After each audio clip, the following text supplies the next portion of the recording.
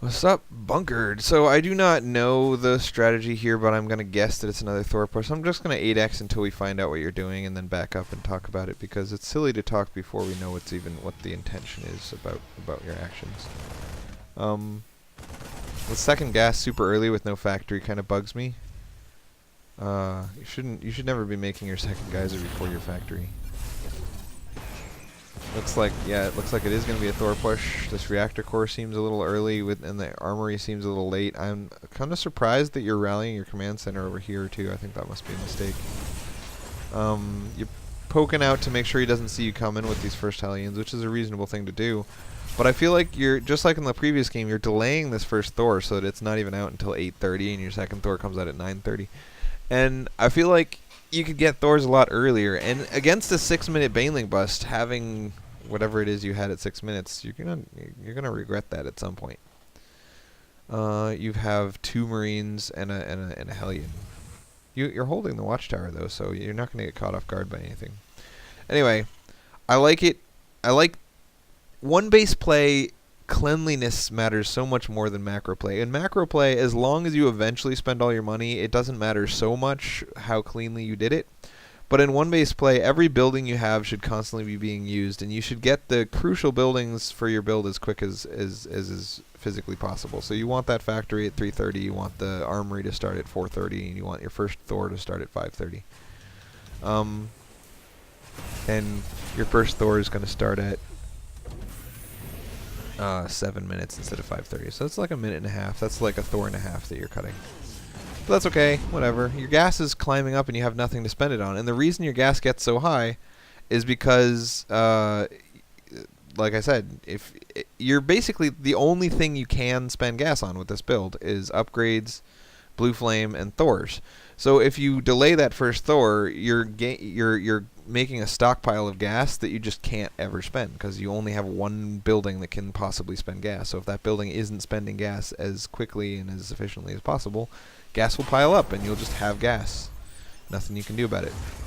So when you make this next Thor, your gas is gonna be at, it looks like 100 and something, and your gas is just kind of stay at 100 and something forever. So now it's actually getting kind of ridiculously high. So again, just like last time you supply blocked at 83, it seems like maybe you're planning to supply block at 83 because you did it twice in a row. And so yeah, you're just gonna have gas that's unspendable at the end of this. Again, efficiency is only, I mean, it's pretty important in one base play because you've got so much less to focus on that every little minor error adds up so much more than with a giant economy where slipping by $500 is a bigger deal when your whole army is 3,000 than when your whole army is 10,000. When you push at 10 minutes, it looks like just like last time you had 83 supply, $2,600 of army with Blue Flame and +1/+1.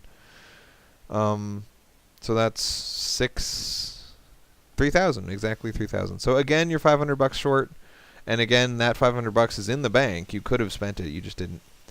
And I'm okay with that. It's fine because Thors spend money so well that pretty soon you're going to be able to bring that money. See, yeah, a couple seconds later, you brought that money down to 0, so no big deal. Burrowed roaches, so cute like a fluffy puppy. So just like most one bases, you're kind of counting on catching him with nothing. And in this case, you caught him with nothing. He's spent like half as much as you on army, and as your stuff arrives, he makes 11 more roaches, but they're not going to pop until the first few roaches are dead. So it's as if he basically wasn't playing in the same game as you. It's important to keep your SCVs surrounding those Thors, and it's important not to lose anything but Thors. Like use your Thors as your tanking units, and everything else his job is just to hide behind these Thors. As long as your SCVs stay really close to these Thors, it's kind of hard to lose them. He's not popping out any more roaches, so he's basically given up on the game, and you win. And just like last game, it wasn't the cleanest thing in the world, but the strategy itself is a winning strategy, and you caught your Zerg opponent with basically nothing, dicking around with burrowed roaches and only like less than 20 roaches. And so you ripped them to shreds. You are eventually going to face a Zerg who gets 35 roaches and just rips this attack to shreds, because it's not hard. It's actually really easy for a Zerg to get 30 roaches at 10 minutes. That's only $3,000 of army, and you had $3,000 of army off one base. He's got 2 bases. He could do it much easier. But this was not that game, and you won pretty convincingly. So good work. Things to work on: get the factory quicker, get the armory quicker, get the first Thor quicker. Spend money while you're pushing. Your money, just like last game, your money piles up while you push, and that's something that everybody has to deal with. One way to deal with it better is to just massively queue up units, like queue the racks all the way up to max and the Hellions all the way up to max, and get Thors and whatever. You supply blocked at 83 for the second time in a row. I'd like you to stay even further ahead on depots. One way to remind yourself to make depots is to make sure that the same guy who built one depot is queuing up the next depot, so that you're never wasting 2 SCVs on depots. I'm trying to find an example here, but it looks like you have so many workers by 8 minutes that I can't find a good example. But when you have,